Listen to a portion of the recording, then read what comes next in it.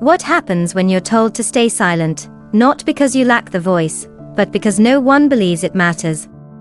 What happens when the person who underestimates you the most holds your future in their hands? In a world where power is currency and perception is everything, one woman is about to learn that playing by the rules won't get her anywhere, but breaking them. That might just change everything. But power has a price. And once you rise, there's no going back. Stay with this story. Watch what happens when silence turns to fire, and fire to reckoning. The air in Wilder Enterprises felt like glass, polished, cold, and ready to shatter. Ivy Quinn moved through the halls in silence, heels clicking against marble, a leather-bound planner in her hands, and tension in every step. At 27, she was efficient, sharp, a storm of intellect hidden behind crisp blouses and perfect posture. But no one saw her. To them, she was just the secretary, Knox Wilder's shadow. The one who booked the meetings, cleaned up the messes, and disappeared before anyone thought to thank her. Her title didn't match her mind. Her efforts didn't match her recognition. Still, she stayed. Because she knew power wasn't always given. Sometimes, you had to take it. Knox Wilder stood at the top floor, watching the city through floor-to-ceiling windows, his reflection a perfect mask of control. 31. Billionaire. Ruthless. Wilder Enterprises was his kingdom, and kingdoms didn't run on kindness. They ran on numbers, and his were bleeding. The investors are getting nervous, his CFO muttered. Knox didn't blink. Let them. They'll fall in line when I close the deal. But the deal wasn't closing. Not yet. The wolves were circling. If he didn't secure new capital, fast, Wilder Enterprises would fall prey to the vultures waiting to take it apart, piece by piece. Knox turned away from the window, grabbing his phone. Ivy. My office. Now. She arrived within seconds, notepad ready, face unreadable. You called, Mr. Wilder. There's a dinner tomorrow. High-profile investors. I need someone there who won't embarrass me. Her brow arched slightly. I assume you're not looking for conversation. I'm looking for silence. You'll attend. Stay in the background. Smile when needed. Nothing more. A pause. This isn't a request, Ivy. It's a command. She swallowed her pride, nodded, and turned to leave. But in her mind, one thought echoed. Not today. Not anymore. The knock on Ivy's office door was sharp, urgent. She looked up from her monitor, just as Knox Wilder strode in without waiting for response. His presence filled the room like a storm, dark suit, darker eyes, and a stare that didn't tolerate questions. There's a dinner tomorrow night, he said, voice clipped. Investors. High stakes. Ivy stood, adjusting her blouse. Do you need me to prepare a briefing? No. He paused. You're coming with me. Her eyebrows lifted, stunned. Me? Knox's jaw tightened. I need someone who can keep up and won't say anything stupid. Someone forgettable. You'll do. There it was, that cold, calculated disregard. The way he made her feel like a clipboard with legs. She kept her voice neutral. As your assistant. As a +1. Not a date. Not a partner. This isn't a favor, Ivy, it's a directive. You'll attend, keep your mouth shut, and don't cause a scene. He stepped closer, eyes locking onto hers. This is not an invitation. It's a requirement. Ivy's heart pounded, not from fear, but from rage. She nodded, slow and deliberate. Understood. But as Knox turned and walked out, Ivy's fingers curled around the edge of her desk. This wasn't about obedience. Not anymore. If he wants silence, I'll give him something to remember instead. The ballroom gleamed under golden chandeliers, all crystal and Polish, like the people inside it. Titans of industry, polished to perfection, sipping aged scotch and trading words like weapons. Knox Wilder moved through the crowd like he owned it. In many ways, he did. Ivy trailed behind him in a sleek black dress, heels silent on the marble floor. Her presence was supposed to be decorative, inoffensive, invisible. At least, that was the role Knox had assigned her. At the investors' table, he didn't even glance her way as he spoke. "Gentlemen, this is Ivy. She's with me tonight." That was it. No title. No introduction of merit. Just with me. The men barely acknowledged her, eyes already sliding away, unimpressed. Except for one, Mr. Lewis. Sharp suit. Sharper smile. A veteran investor, who enjoyed watching people squirm. His eyes lingered on Ivy. "So, Ivy," he said, swirling his drink. "What do you think about dinners like this? Business and pleasure, does it blend well?" Knox shot him a warning look, but Lewis didn't care. Ivy smiled, calm. "I think," she began, voice clear, "that numbers are important. But if you don't understand the people behind them, your employees, your customers, then all the profit in the world won't save you when it falls apart." The table went still. Lewis's brows lifted, intrigued. "Interesting. And what's your position at Wilder Enterprises?" Knox interjected. "She's his secretary," Ivy said, cutting him off gently, eyes never leaving Lewis. "But titles don't define value. Perspective does." Murmurs rippled through the table. Lewis leaned in. "Tell me, Ivy, what's your take on corporate social responsibility? It's often neglected." Knox's expression darkened. "This isn't the time." "Actually, it is," Ivy said, her tone steady. She looked around the table. "A company doesn't exist in a vacuum. It's sustained by its community. Responsibility isn't optional, it's essential to growth that lasts. Profit at any cost. That's not leadership. That's short-sightedness." The silence that followed was heavy, but not with discomfort. With respect. All eyes were now on Ivy. Not Knox. After the dinner, Knox's steps were clipped as he led Ivy to a quiet corner of the lobby. His voice was ice. "You were told to stay quiet." Ivy met his glare without flinching. "You wanted me invisible." "I'm not. You're a secretary, Ivy. Not a strategist. Don't forget that." Her jaw clenched. "Maybe you should stop forgetting who actually knows what they are doing."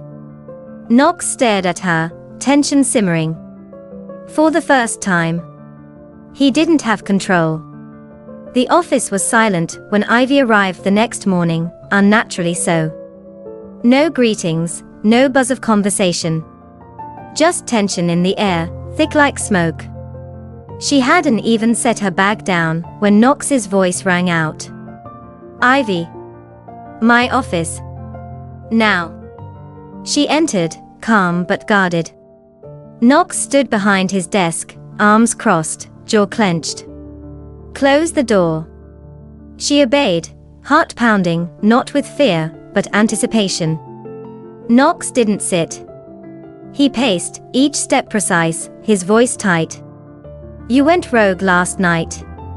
I answered a question. "You stole the room." His eyes burned into hers. "That dinner was about investors trusting me. Instead, they left trusting you. You derailed everything." Ivy's voice was firm, steady. "I gave them honesty. You gave them a sales pitch. Maybe that's why they listened." Knox slammed his hand on the desk. Enough. You're a secretary, Ivy. Not a leader. Not a strategist. Don't let one dinner feed your delusions. Silence. Then Ivy stepped closer, eyes locked on his. You know what the real problem is, Knox. You can't stand that they saw me. That for once, someone other than you had the room. He stared, face unreadable. Pack your things, he said coldly. You're fired. Ivy didn't flinch. She didn't plead. She walked out with her head high. She had lost her job. But she'd gained something else. Her voice. Outside the building, as she stepped into the cool morning air, a familiar voice called out. Ms. Quinn. Mr. Lewis. He approached, hands in his pockets, eyes assessing her with quiet admiration. You impressed me last night. Wilder might not see your worth, but I do. Ivy tilted her head, curious. What are you offering? A position that matches your potential. Strategic advisor. Full autonomy. Real influence. A beat. Are you ready to be more than just a shadow? A slow smile spread across Ivy's face. I've been ready for a long time. She shook his hand. And just like that, a new chapter began. For her. And soon. For Wilder Enterprises. Wilder Enterprises was crumbling. Knox stood in the center of the boardroom, fingers clenched, eyes scanning the quarterly report like he could will the numbers to change. They wouldn't. His decisions, rash, aggressive, short-sighted, had backfired. Projects rushed to market failed. Partnerships collapsed. Clients pulled out. Investors stopped returning his calls. And the board. They were circling, just like the vultures he once mocked. This is just a phase, Knox snapped at his CFO. We tighten budgets, push harder. You've already cut to the bone, the man replied. We need leadership. Real leadership. Investors are demanding change. Knox's phone buzzed. An emergency board meeting. Again. 2 days later, the news hit like a bomb. Lewis Capital acquires majority stake in Wilder Enterprises. Knox read it 3 times, rage building in his chest. They bought me out. They bought my company out. And it got worse. A name listed in the acquisition team. Ivy Quinn, Executive Strategy Lead. Knox stormed into the boardroom, blood boiling. The room was full, executives, investors, and at the head of the table. Ivy. Sitting calmly. Power in her posture, confidence in her eyes. His voice sliced through the room. What the hell are you doing here? Ivy didn't flinch. Good to see you too, Mr. Wilder. Knox stepped closer, fists clenched. You think you can walk back in here and what? Play boss. Ivy stood, slow and deliberate, meeting him eye to eye. I'm not playing, Knox. I'm here to lead. Something you forgot how to do. You're out of your depth. She smiled coldly. And you're out of time. A beat of silence. Then Ivy addressed the room. Wilder Enterprises need stability, vision, and accountability. That's what Lewis Capital brings. That's what I bring. If Knox can't adapt, then we will move on without him. Knox stared at her, anger, disbelief. And something else. Fear. For the first time, he wasn't in control. Ivy was. The boardroom was quieter now. Not because the crisis was over, but because Knox was no longer the center of it. He watched from the end of the table as Ivy led the strategy meeting, her voice measured, her points sharp. Investors leaned in. Listened. To her. Not to him. He was still there in title, but with every passing day, he felt it. the shift, the distance. The trust that once followed his every word now followed hers. And for the first time, he didn't blame them. He blamed himself. That night, Knox sat alone in his office, staring at the city skyline. He thought about the people he'd steamrolled, the voices he'd silenced, the faces he'd ignored. And one voice rose above them all. Ivy's. Maybe you should stop forgetting who actually knows what they are doing. He closed his eyes, regret hitting like a weight he couldn't shake. A week later, Ivy knocked on his door, not as an adversary, but with purpose. Come with me. Knox frowned. Where? To see the damage. Up close. They drove out to the outskirts of the city, where shining towers gave way to broken streets. Ivy led him to a community center, small, underfunded, but alive with people. This place used to get funding from Wilder Enterprises, she said. Until you cut it. Knox said nothing.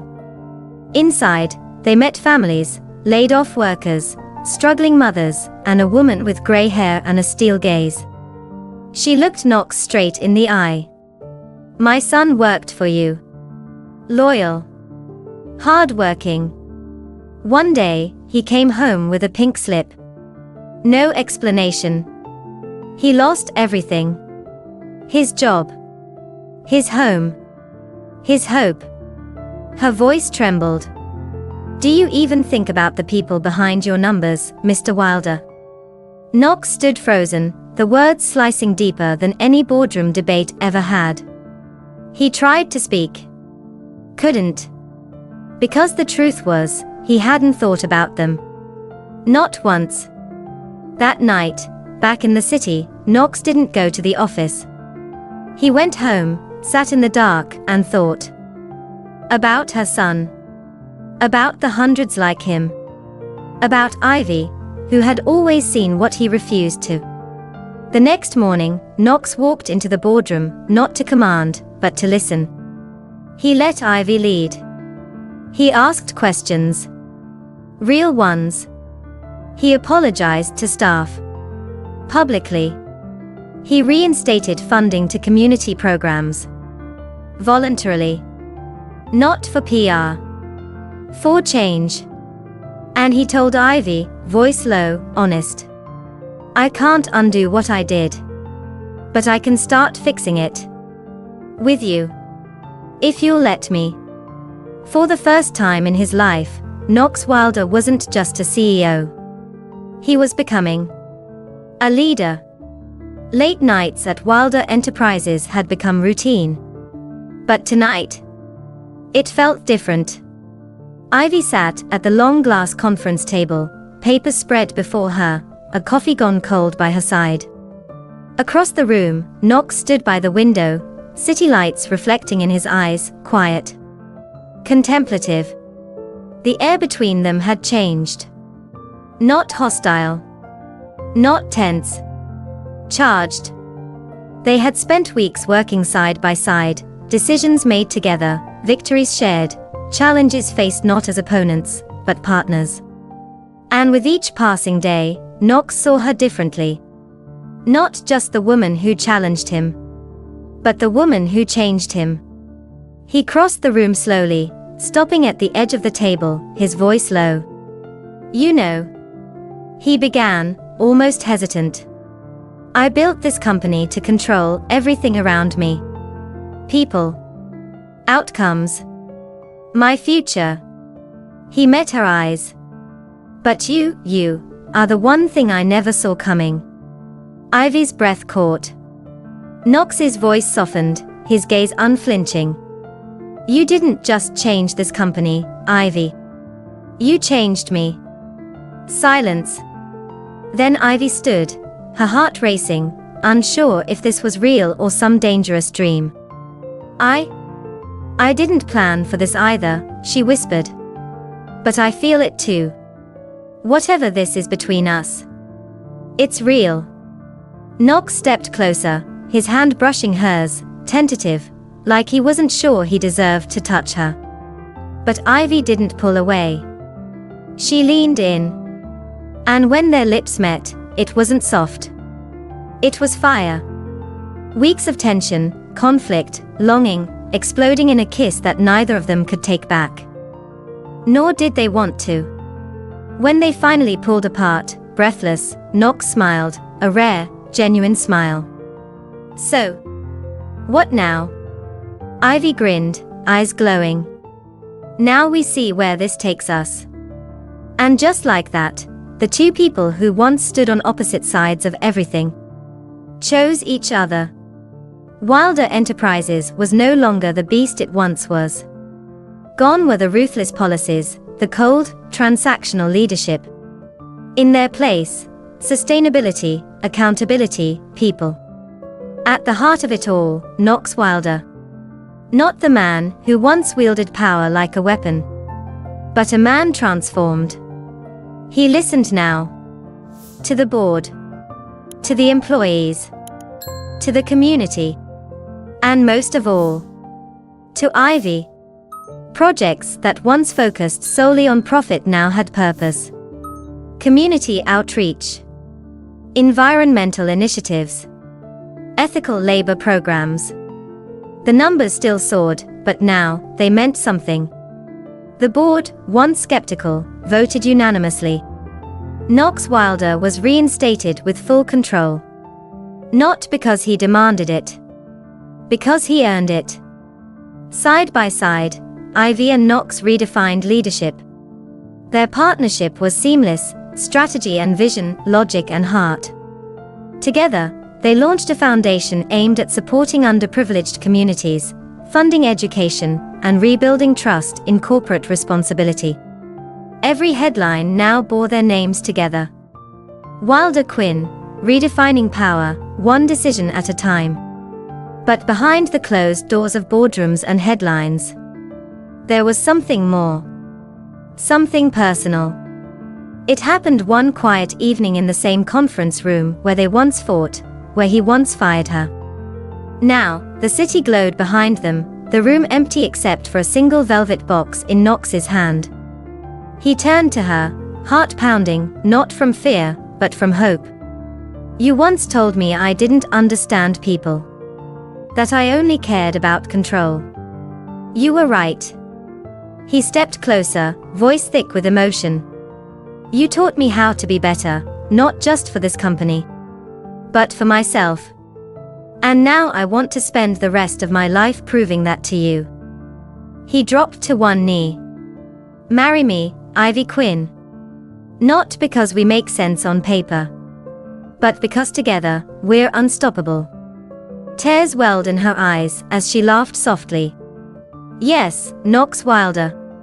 Let's build everything together." Under a canopy of city lights and blooming white roses, Ivy and Knox said their vows, not just as partners in business, but in life. The guests? Friends, colleagues, community members they had uplifted. The air filled with hope, and the promise of a future that no longer belonged to just one of them, but both. As they danced that night, Ivy rested her head on Knox's shoulder. He whispered, "We came a long way, didn't we?" She smiled. "The best journeys always start with a little chaos."